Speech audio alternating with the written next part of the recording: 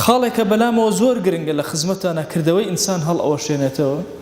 حکمدانە بەسەر بەرامبەرەکانە بە ناوی خواوە بە ناوی خواوە حکمدان بەسەر خەڵکا زۆر خەتەرە بەشێک لە عەقیدەی ئەهلی سنەت و جەماعەت ئەوەیە کە ئێمە کەس بە ئەهلی نار و بە ئەهلی جەهەنەم و بە ئەهلی بەهەشت نازانین هیچیان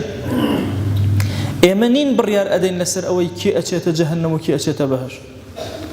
بۆیە عولەما هاتوون بەتایبەتی لە کوفری معەیەنە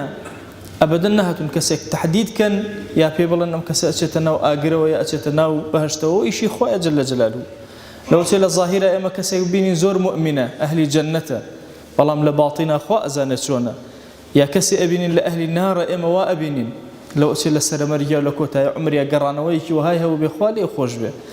بۆیە تەوزیعی جەنە و نار بەدەست هیچ کەسێک نییە بەدەست خوا نەبێ جەلە جەلالوه ئەم بابەتە پێوترێ التەئەلی عەلە الله کەیشێکە لەو لایەنانەی کەمتر باس کراوە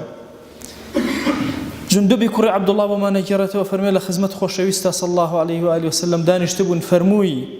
فەرمووی إن رجلا قال والله لا يغفر الله لفلان پیاوێ گوتی قەسەم بەخوا خوا لە فڵان کەس خۆش نابێت رب العالمين فرموي من الذي يتألى علي ألا أغفر لفلان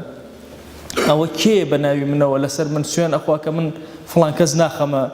ناو بهشتوا تصور كان يا لفلان كز خوش نابم شكون روايتك هردو شي هاتوا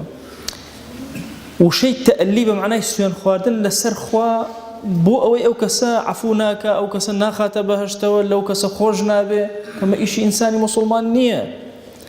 أفرمت دي بزان فإني قد غفرت لفلان أو كسيك وتي والله قد خوا لي خوش نابي أو كسيك بحسابي أو لي خوش نابي والي خوش بوم وأحبطت عملك أو كرد وكيتهم هل وشان أو كسيان لسر من خوارك لو خوش نابي وي إما بزور أقام الزمان مانا هندي جار والله فلان كز بهشتينية فلان كز جهنمية فلان كز كافرة فلان كز أنواع كلمات كبزمان مانا هموي محسوبة لسرمان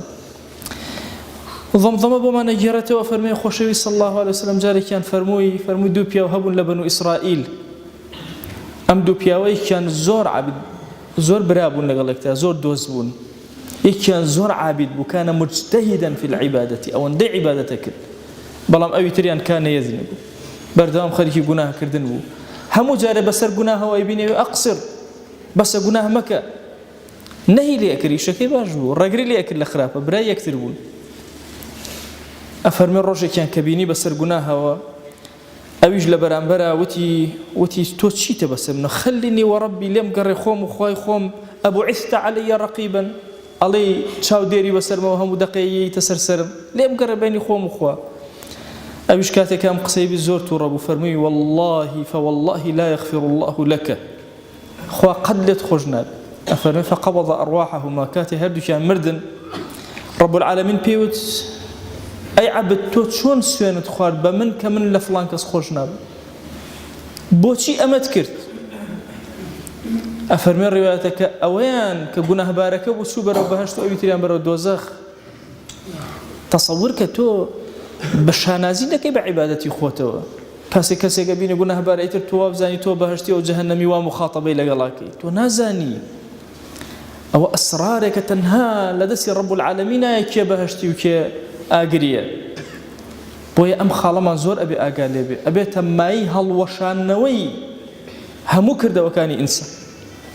جاری وایە یەک کۆمەڵە کردەوەی زۆری جوانی مرتب تەرتیب کردووە